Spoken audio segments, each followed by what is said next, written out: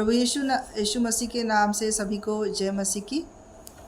परमेश्वर का धन्यवाद हो कि आज और एक बार परमेश्वर के वचन से बोलने की मौका मुझे मिला है। और हमारे सजीव वाहिनी की पूरी टीम को मैं तहे दिल से धन्यवाद देती हूँ कि और एक बार ये मौका परमेश्वर का वचन शेयर करने का मुझे दिया है। सभी को फिर से एक बार जय मसीह की। परमेश्वर आप सभी को आज के वचन द्वारा आशीषित करें। आइए हम प्रार्थना में जाएं वचन सुनने के पहले। धन्यवाद धन्यवाद धन्यवाद स्वर्गीय जीवित खुदावन परमेश्वर पिता, मैं आपको सारा आदर मान महिमा देती हूँ इस वक्त के लिए। प्रभु यीशु मसीह,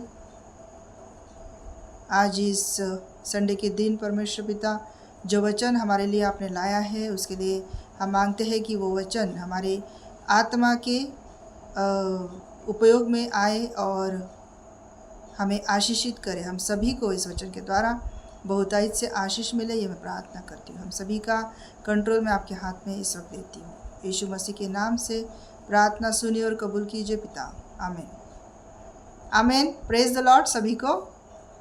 आइए हम वचन में जाते हैं इस वक्त और परमेश्वर का धन्यवाद करते हैं कि आज के दिन के लिए, ये दिन हमें परमेश्वर ने दिखाया है। हर रोज़ हर दिन परमेश्वर हमें दिखाता है और उसकी तरफ से हमें ये आशीष मिलती है। आज हम वचन से देखने वाले हैं कि प्रभु यीशु मसीह परमेश्वर हमसे क्या चाहते हैं और कौन सी सबसे बड़ी बात वो चाहते हैं। हम देखेंगे मत्ती रची सुसमाचार उसका 16वां अध्याय और 24 से 27 वचन। मत्ती रची सुसमाचार उसका 16वां अध्याय और 24 से 27 वचन मैं पढ़ती हूँ। तब यीशु ने अपने शिष्यों से कहा, यदि कोई मेरे पीछे आना चाहे तो वह अपने आप का इनकार करे, वह अपना क्रूस उठाए और मेरे पीछे हो ले। जो कोई अपना प्राण बचाना चाहेगा वह उसे खोएगा, और जो कोई मेरे लिए अपना प्राण खोएगा वह उसे बचाएगा। यदि मनुष्य सारे संसार को प्राप्त करे किंतु अपने प्राण को खो दे तो उसे क्या लाभ होगा? मनुष्य अपने बदले में क्या दे सकता है? मनुष्य का पुत्र अपने स्वर्गदूतों के साथ अपने पिता की महिमा में आने वाला है। उस समय वह हर एक को उसके कामों के अनुसार प्रतिफल देगा। आमीन। आज इस वचन के द्वारा हम कुछ सीखने वाले और बहुत महत्वपूर्ण बात हम सीखने वाले हैं। यहाँ पे परमेश्वर का वचन हमें बताता है कि यीशु ने शिष्यों से कहा, यदि कोई मेरे पीछे आना चाहे तो वह अपने आप का इनकार करे और अपना क्रूस उठाए। हमें आज प्रभु यीशु मसीह क्या कहते हैं कि हमें अपना क्रूस उठाना है और मेरे पीछे हो ले। ये दो बातें यहाँ पे बताई गई है। कौन सी दो बातें? कि अपना क्रूस उठाना है हर किसी ने और यीशु मसीह के पीछे हमें चलना है। सेम थिंग, सेम चीज़ प्रभु यीशु मसीह ने की है ना। प्रभु यीशु मसीह जब जगत में थे तो उन्होंने क्या किया कि वह परमेश्वर की आज्ञा मानते गए और सबसे लास्ट में उन्होंने वो भारी बहुत हेवी जो क्रूस है वो सभी जगत के, सभी दुनिया के लोगों के लिए वो क्रूस उन्होंने उठाया। आमीन। प्रभु यीशु मसीह परमेश्वर के पुत्र थे, इसके लिए उन्होंने ये महान कार्य किया। और उन्होंने क्यों किया? कि सारे जगत का बोझ उन्होंने अपने आप पे लिया, क्योंकि हर किसी को वो क्रूस के द्वारा, उनके बलिदान के द्वारा क्या मिले? मुक्ति मिले, तारण मिले। यह परमेश्वर का उद्देश्य था। आज हमें, मतलब प्रभु यीशु मसीह उसके चेलों को कहता है, हमें कहता है कि अपना क्रूस उठाना है। अपना क्रूस उठाना मतलब क्या? तो प्रभु यीशु मसीह यहाँ पे हमें वो हेवी क्रॉस या बहुत भारी वज़न लेके क्रूस उठाना नहीं कह रहे। वह इसके लिए कह रहे कि हर एक के जीवन में परमेश्वर का कार्य हो, बदला हुआ जीवन। क्रूस उठाना मतलब जो हमारे जीवन में जो पुराना जीवन था वह छोड़ के हम नए जीवन में बढ़ते रहें। नए जीवन में बढ़ना मतलब परमेश्वर से जो आशीष पाया हुआ जीवन है, जो परमेश्वर को पसंदीदा जीवन है, वो जी कर अपना क्रूस उठा के परमेश्वर के पीछे चलने को यहाँ पे वचन हमें बताता है। क्रूस उठाना मतलब बदला हुआ प्रभु के लायक हमारा जीवन होना। और एक बात, क्रूस उठाना मतलब हमें जो सुसमाचार मिला है प्रभु यीशु के द्वारा, पवित्र शास्त्र के द्वारा जो सुसमाचार मिला है, वह सुसमाचार दूसरों को बताना। आमीन, हालेलुया। जो वचन हमें दिया है परमेश्वर ने, जो पवित्र शास्त्र हमारे पास है, जो उनमें जो बातें बताई गई है, वो दूसरों को बताना, मतलब परमेश्वर का क्रूस उठा के चलना, उसके मार्ग पर अनेक लोगों को लाना और प्रभु यीशु मसीह के पीछे पीछे चलना, जैसे प्रभु यीशु मसीह ने किया है ना। प्रभु यीशु मसीह ने परमेश्वर की जो आज्ञा है वो अंत तक, टिल द एंड, उन्होंने आज्ञा पालन किया है प्रभु यीशु मसीह ने। और आज हमें प्रभु यीशु मसीह का वचन वही बताता है कि हमें परमेश्वर के पीछे चलना है, अपना क्रूस उठा के चलना है, अपना जो पुराना जीवन है, जो पापमय जीवन है, जो परमेश्वर को पसंद नहीं है, वो जीवन छोड़ के नया जीवन, जो आशीषित जीवन है, वो ब्लेसिंग वाला जीवन, दूसरों के लिए भी ब्लेसिंग वाला बने, उस तरह का हमें हमारा जीवन वो क्रूस उठा के चलना है। क्यों? क्योंकि हमारा परमेश्वर जो है वही चाहता है और परमेश्वर की इच्छा के अनुरूप हमें करना है। ओके, तो ये हम दो बातें हमने यहाँ पे सीखी है कि हमें अपना क्रूस उठाना है और प्रभु के पीछे चलना है। आगे के वचन में हम देखेंगे, यहाँ पे बताया गया है कि यदि मनुष्य सारे संसार को प्राप्त करे किंतु अपने प्राण को खो दे तो उसे क्या लाभ। ये जो वचन है ये मेरी एक पर्सनल गवाही है कि इस वचन के द्वारा परमेश्वर ने मेरे साथ बहुत कम उम्र में बात की थी और इसी वचन के द्वारा मैंने साल्वेशन, मैंने तारण प्राप्त किया था। सिर्फ 15 एट द एज ऑफ 15 ये वचन जो है मेरे साथ बात किया और इस वचन के द्वारा मैंने पानी का बपतिस्मा लिया। मैंने प्रभु यीशु मसीह को अपना सेवियर, अपना तारनारा करके मैंने उसका स्वीकार किया। अगर आप ध्यान से इस वचन को पढ़ें और इस वचन पर हम मनन करें, उसके बारे में हम सोचें, तो बहुत गहरी प्रेशियस बात उसमें बताई है, बहुत इम्पॉर्टेंट बात बताई है। मैं वापस पढ़ती हूँ। यदि मनुष्य सारे संसार को प्राप्त करे किंतु अपने प्राण को खो दे तो क्या लाभ होगा। मनुष्य अपने बदले में क्या दे सकता है ना। देखिए, अगर हम देखा जाए तो हमारा खुद का कुछ भी नहीं है। जो भी चीज़ें, हमारा धन दौलत, सभी पैसा, सभी चीज़ें, ये सब जगीक है और ये नष्ट होने वाली। ये बातें जो है अनंत काल की नहीं है, ये नष्ट होने वाली है। सिर्फ और सिर्फ क्या अनंत कालिक है, क्या चीज़ जो है वो नाश नहीं होने वाली, वो प्रभु ने दिया हुआ जीव आत्मा है ना। जब छोटा बच्चा जन्म लेता है तब उसके शरीर में परमेश्वर की आत्मा, जीव, प्राण होता है और उसकी वजह से वो जीवित होता है ना। तो ये प्रभु यीशु मसीह से मिला हुई चीज़ है और ये कभी भी नष्ट नहीं होने वाली। मरने के बाद इंसान उसके साथ कुछ भी नहीं लेके जाता, लेकिन एक चीज़ ज़रूर लेके जाता है, वो है प्रभु ने दिया हुआ आत्मा, है ना। प्रभु ने दिया हुआ जो सोल है, दैट इज़ वेरी इम्पॉर्टेंट। और ये वचन मेरे से बहुत कम उम्र में बात की और इस वचन के द्वारा मैंने परमेश्वर को अपना सेवियर करके एक्सेप्ट किया था। आज ये वचन आपके लिए भी आशीषित होने वाला है। देखिए, हमने जग की सारी चीज़ें प्राप्त कर ली, है ना। संसार में धन दौलत, गाड़ी बंगला, जो भी मनुष्य की ज़रूरतें होती है, मनुष्य चाहता है कि वो मुझे मिले, ये सब प्राप्त किया। लेकिन अगर हमारा आत्मा जो परमेश्वर ने दिया है वो अगर उसका हमने नाश किया, परमेश्वर के वचन में उसके भय में हम नहीं रहे और परमेश्वर का पसंदीदा काम अगर हमने नहीं किया, तो क्या होने वाला है? अपने कर्मों की वजह ऊपर से, कर्मों से ही हमारा परमेश्वर न्याय करने वाला है।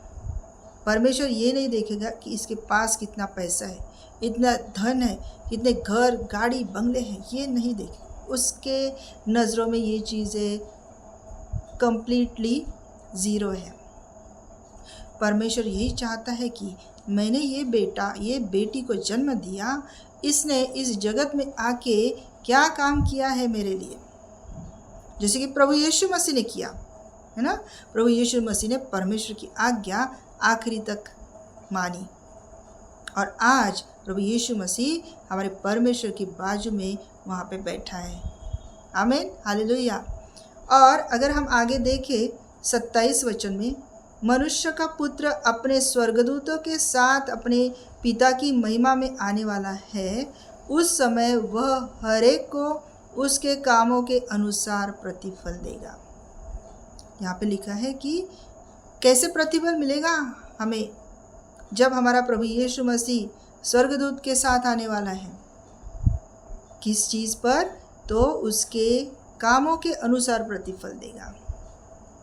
जगत के लोग, जगी के लोग जो दुनिया में रहते हैं, वो देखते हैं इंसान के पास धन दौलत कितना है, लेकिन परमेश्वर क्या देखता है? परमेश्वर मनुष्य के कर्म देखेगा। इस मेरे बेटे या बेटी ने क्या कर्म किए हैं, अच्छे कर्म किए हैं या बुरे कर्म किए, ये मेरे वचन पे चला है कि नहीं, इसने कितने लोगों को मेरा वचन सुनाया है, इसे पता है प्रभु यीशु मसीह जिंदा खुदा है, पवित्र वचन इसके पास है, लेकिन इसने, ये बेटा या बेटी ने कितने लोगों को परमेश्वर के पास लाया, सार्वकालिक जीवन का मार्ग बताया है, अनंतकालिक जीवन का मार्ग बताया है, प्रभु यीशु मसीह ही मार्ग सत्य जीवन है, ये बताया है। आज अगर हम प्रभु यीशु मसीह के जैसे अपना क्रूस उठा के चलते हैं, तो हम ये सारे कर्म करने वाले उसके पसंदीदा बच्चे हैं। आमीन। तो हमारी कर्मों के ऊपर हमारा न्याय होने वाला है, ये चीज़ हमने ध्यान में रखनी है। आगे हम देखेंगे इस वचन के द्वारा बहुतायत से लोगों के साथ ये वचन आज बातचीत कर रहा है। इसके लिए सबसे महत्वपूर्ण चीज़, प्रेशियस चीज़ जो है, हमारी आत्मा को बचाना, क्योंकि ये आत्मा ही स्वर्ग या नरक में जाने वाली है उसके कर्म के द्वारा। आज बहुत से लोग अपना जीवन ऐसे बिताते हैं कि दूसरों के बारे में बोल के, है ना, ये उंगली हमेशा दूसरों की तरफ होती है, लेकिन आज परमेश्वर का वचन बोलता है कि हमें हमारा जीवन खुद जांचना है। We have to introspect our own life. हमें हमारा जीवन खुद जांचना है, ओके।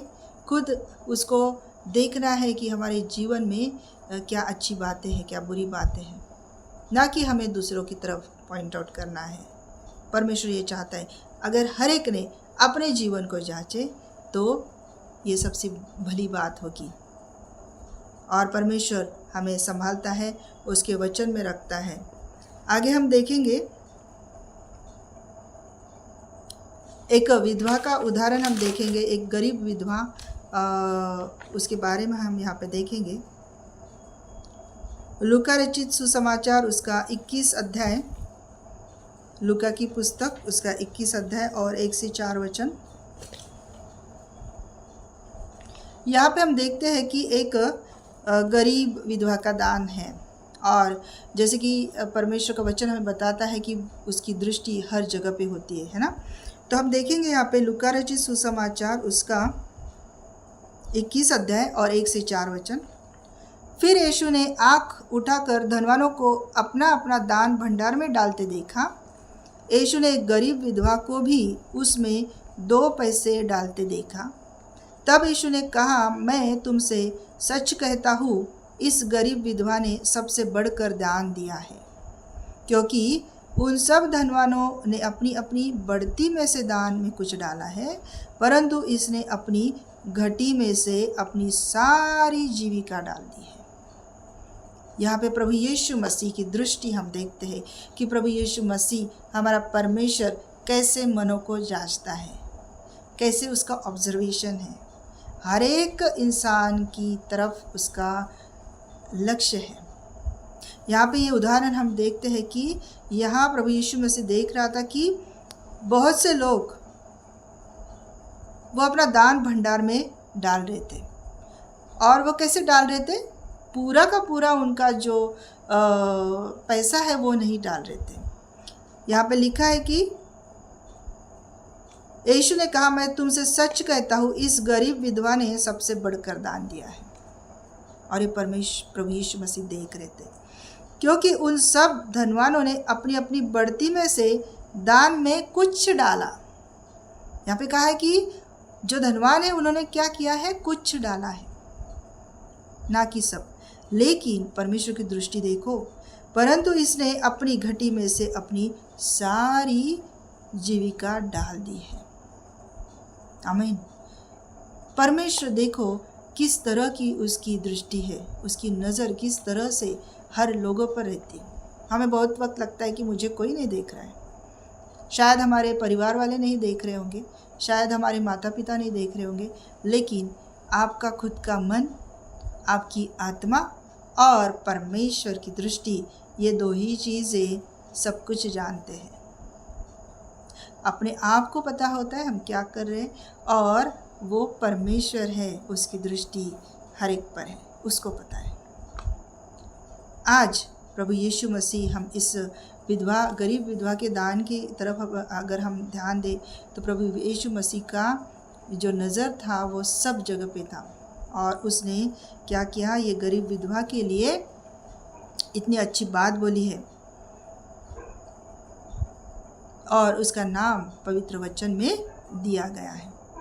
परमेश्वर देखता है कि हम हमारे मन में क्या विचार कर रहे हैं, किसके बारे में हम क्या सोच रहे हैं, किस तरह से हम कोई कृति कर रहे। या यहाँ पे अगर दोनों की कृति हम ऑब्जर्वेशन करें तो एक वो गरीब थी, विधवा थी, उसने ये नहीं सोचा कि मैं ये सब कुछ मैं मेरी कमाई से डाल दूंगी तो मैं मेरा घर कैसे चलाऊंगी, या मुझे क्या खाने को रहेगा। परमेश्वर कभी भी किसी को भी भूखा नहीं रहने देता। परमेश्वर ने उसको 100 गुना आशीषित किया होगा। जब हम पूरे मन से, पूरे अंतकरण से, पूरे विश्वास से कोई बात करते हैं, परमेश्वर पर पूरी तरह से भरोसा रखते हैं, परमेश्वर उसको कभी नहीं छोड़ने वाला, वो कभी नहीं त्यागने वाला। इसके लिए आज जो यहाँ पे वचन हमने देखा कि हमारी कर्मों को देखकर परमेश्वर न्याय करने वाला है।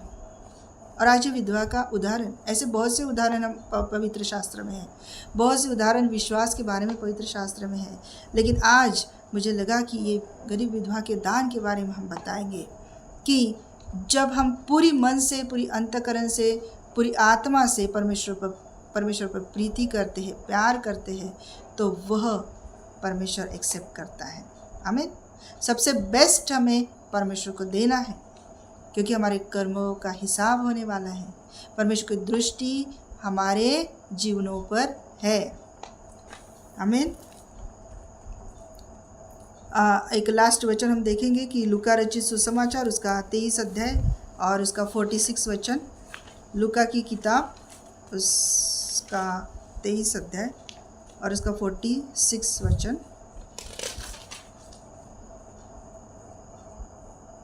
यीशु ने ऊंची आवाज में पुकार कर कहा, हे पिता, मैं अपनी आत्मा तेरे हाथों में सौंपता हूँ, और यह कहकर प्राण छोड़ दिया। यहाँ पे हम देखते हैं कि प्रभु यीशु मसीह उस क्रूस पर है, और प्रभु यीशु मसीह ने सब काम पूरा किया, उसने कंप्लीट किया सब, और सब कुछ कंप्लीट करने के बाद परमेश्वर की इच्छा के अनुसार वह क्या करता है, अपनी आत्मा किसके हाथ में सौंपता है? परमेश्वर की आत्मा में, परमेश्वर की हाथ में। ओके, अपनी आत्मा तेरे हाथ में सौंपता हूँ। प्रभु यीशु मसीह ने उनकी आत्मा परमेश्वर के हाथ में सौंपी, क्योंकि आखिरी तक परमेश्वर की आज्ञा उन्होंने मानी थी। आज हम अगर हमारे खुद को जांचें तो हमें समझ में आएगा कि हमारी आत्मा हम परमेश्वर के हाथ में सौंप सकते हैं क्या? वो उतनी पवित्र है क्या? वो उतनी परमेश्वर की इच्छा के अनुसार है क्या? क्योंकि ये जो आत्मा है हमें परमेश्वर के हाथ में सौंपनी है। जब परमेश्वर न्याय करेगा, वो आत्मा के कर्मों के द्वारा न्याय करने वाला है और सुरक्षित प्लेस पे हमें हमारी आत्मा लेके जानी है। इसके लिए ये जगह जीवन जीते वक्त हमने ध्यान में रखना है कि हमारा जीवन किस तरह से हम जी रहे। हमेशा याद रखना है, हमने हमेशा ये बात याद रखनी है कि परमेश्वर को ये चीज़ अच्छी लगेगी या नहीं। आमीन।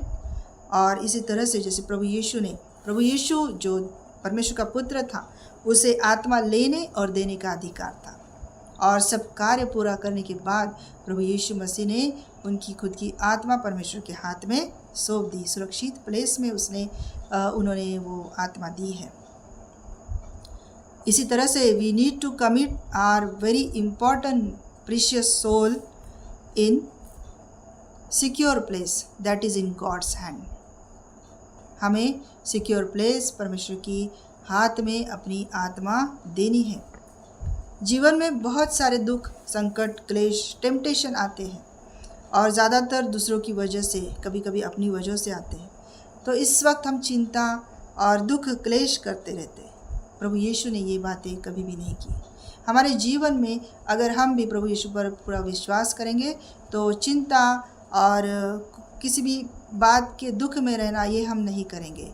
हम सिर्फ इतना ही करना है, हमें वचन दूसरों को देना है ना, वचन बांटना है। उसी के हुए हमने सीखा है कि अपना क्रूस उठाकर परमेश्वर के पीछे चलना, हमारा बदला हुआ जीवन लेकर चलना।